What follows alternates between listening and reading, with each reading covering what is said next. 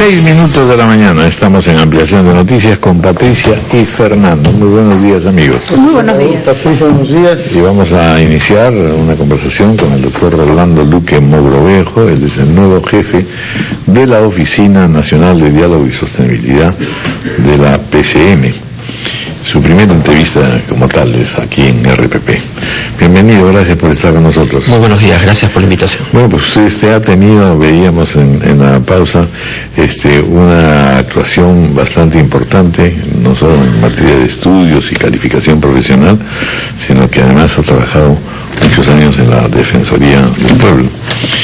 Y ahora es jefe de gabinete para lo que suponemos va a ser una oficina de diálogo y sostenibilidad de la Presidencia del Consejo de Ministros, pues completamente distinta, es decir, con unas miras que hagan que efectivamente funcione como tal.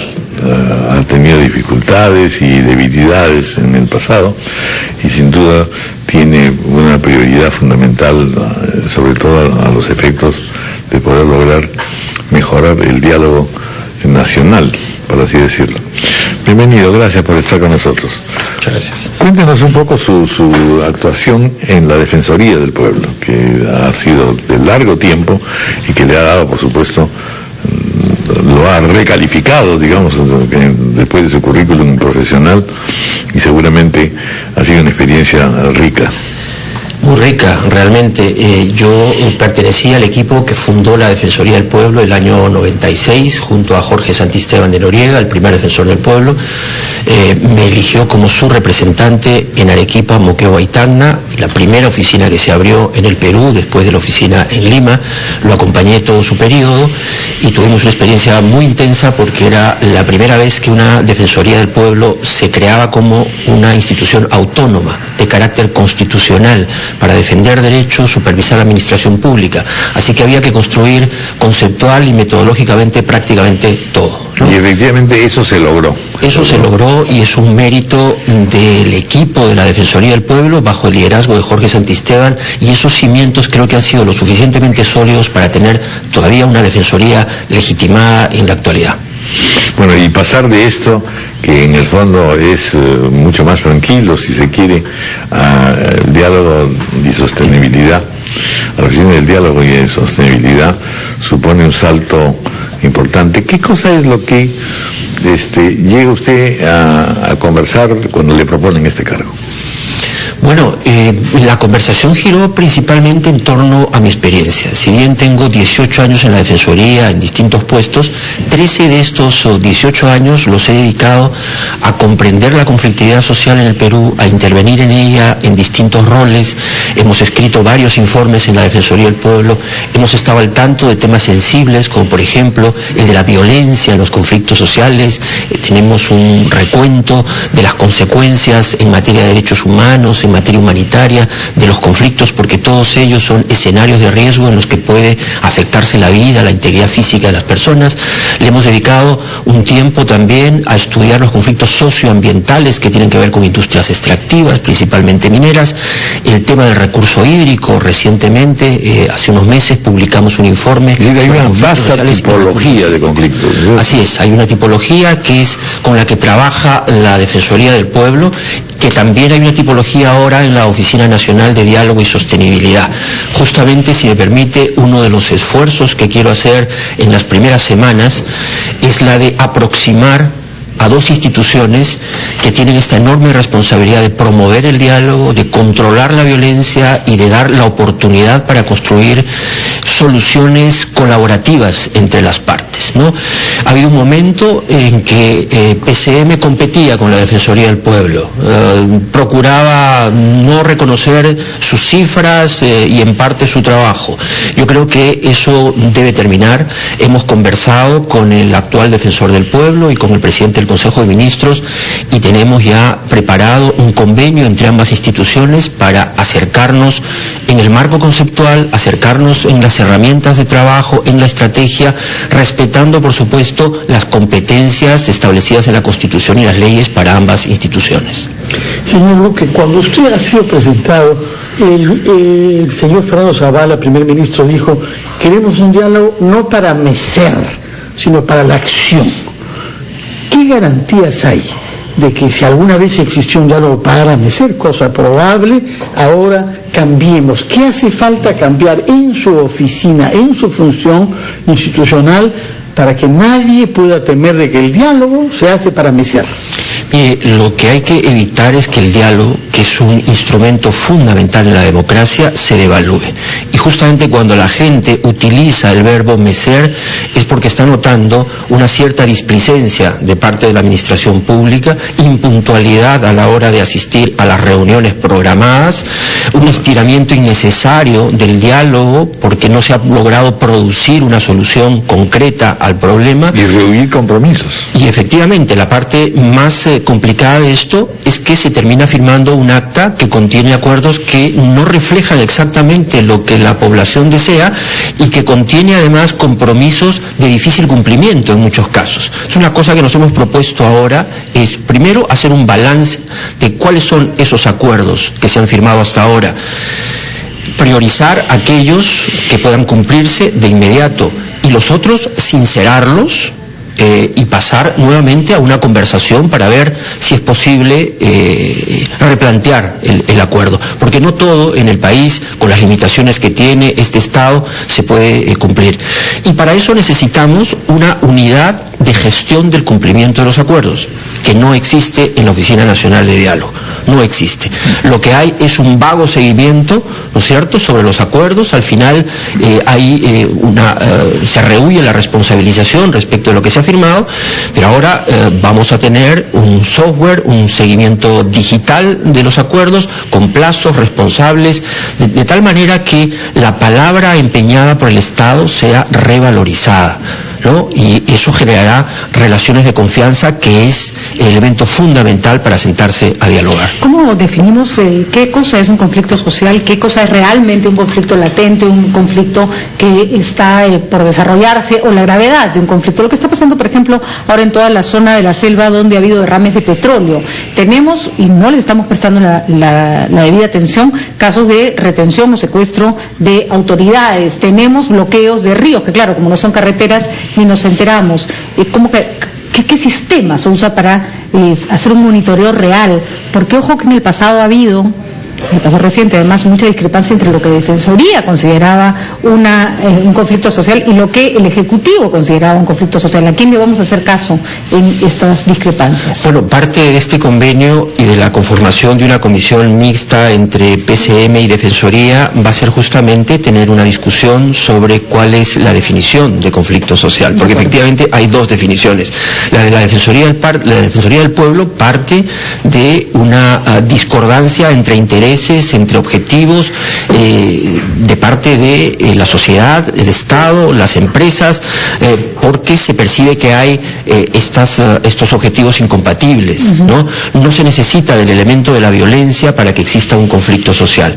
Es más, en un enfoque preventivo, el conflicto tiene que ser abordado desde su etapa temprana, ¿no? En cambio, en la definición de PCM encontramos que el conflicto empieza cuando hay una amenaza al orden público, una amenaza a la gobernabilidad, y esto implica actos de violencia, ¿no? Entonces, yo creo que ahí es posible llegar a un punto medio y conciliar en una sola definición que pueda orientar el trabajo de ambas instituciones. Ahora, conflicto no equivale a violencia, y eso hemos dicho, lo hemos repetido muchas veces, ¿no? Porque la violencia es más bien el lado negativo, el lado tóxico del conflicto, a lo que no hay que llegar. Las estrategias de prevención están justamente orientadas, entre otras cosas, a evitar pasar a un momento de escalamiento, de radicalización, donde ya nadie escucha y donde lo que predomina más bien son los actos de fuerza. Sí, ahí es donde encontramos pues justamente una de las situaciones complejas, ¿no es cierto? Porque el conflicto, una vez que se presenta, ya es conflictivo, por así decirlo.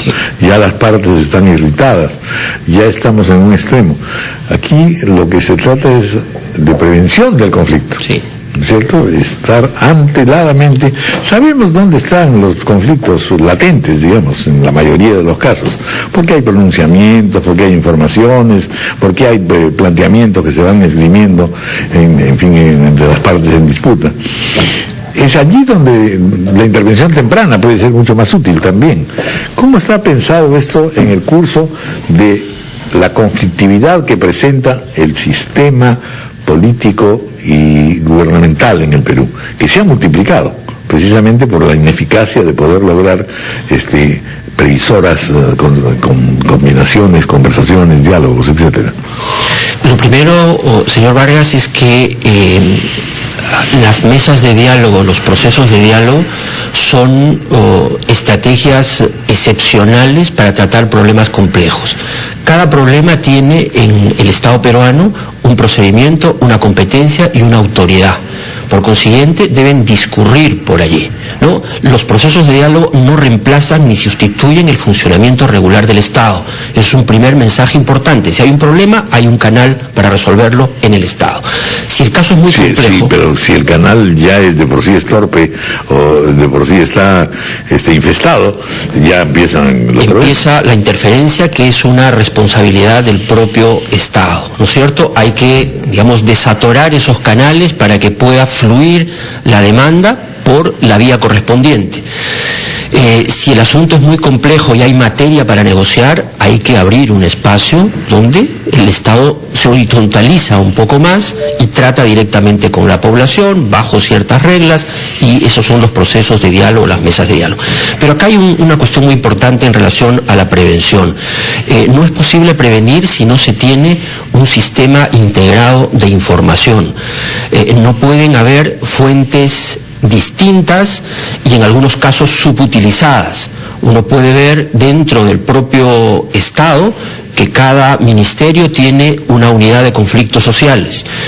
La Defensoría del Pueblo tiene su propia unidad, la Oficina Nacional de Diálogo, el Servicio de Inteligencia, los gobiernos regionales, pero toda esa información, que puede ser muy útil y muy rica, no está integrada en un solo sistema, que tendría que facilitar los análisis y las intervenciones oportunas y atinadas en los procesos de diálogo, ¿no? Lo que hace falta mucho diálogo en nuestro país, eso está claro, diálogo del Estado con los actores sociales que cuando reclaman derechos, pero también diálogo dentro del Estado, porque lo que hemos visto con frecuencia es que sus predecesores en la oficina de diálogo acudían a conversar con los actores sociales y parecía que no estaban suficientemente comunicados con sus mandatarios, con los ministros concernidos. Mire, así como pedimos diálogo hacia afuera, hay que desarrollar un diálogo intraestatal muy intenso para afinar la posición del Estado, con sus máximos y sus mínimos, sus opciones para ir a la negociación, pero tiene que haber una posición estatal muy clara, y eso implica juntar dos capacidades que están por el momento separadas: la capacidad de gestión pública, que está alojada en los propios ministerios, está también en los gobiernos regionales, en los gobiernos locales, es decir, ahí está la voluntad política y está en la capacidad técnica de los equipos que producen soluciones a los problemas.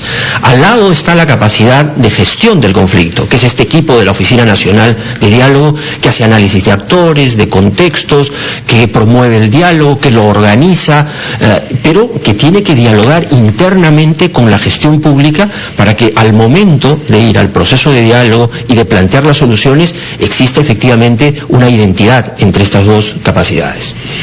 ¿Y qué va a pasar con el conflicto de las comunidades que se sienten afectadas por los derrames de petróleo? La cosa es nada fácil, y no le estamos prestando la atención del caso. Ya llevan muchos días de paro y retuvieron al congresista de Peruanos por el Cambio, que además me parece que es hermano del presidente regional Loreto, y la gente está realmente molesta.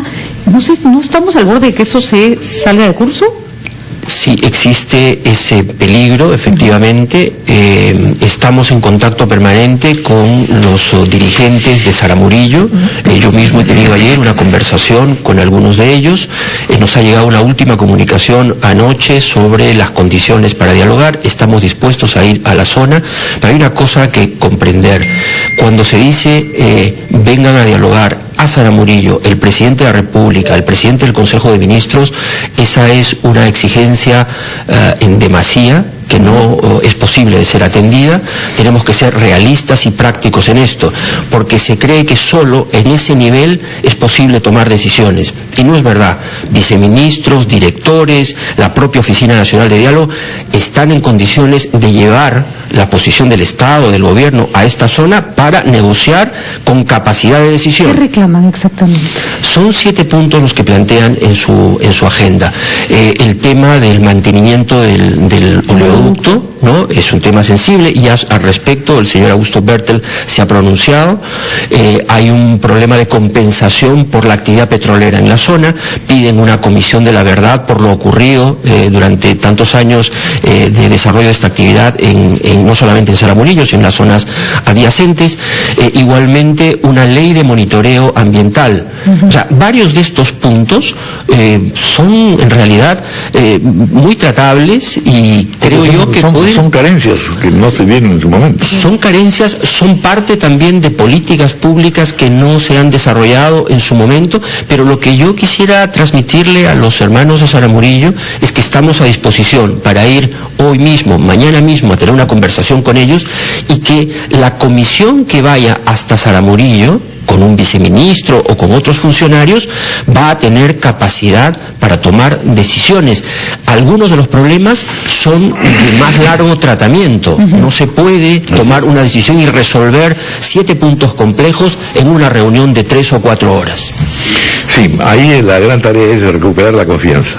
Así es. En esta institución, y sobre todo en una institución que ahora cubre los dos aspectos, la parte de la defensoría y la parte del manejo del primer ministro.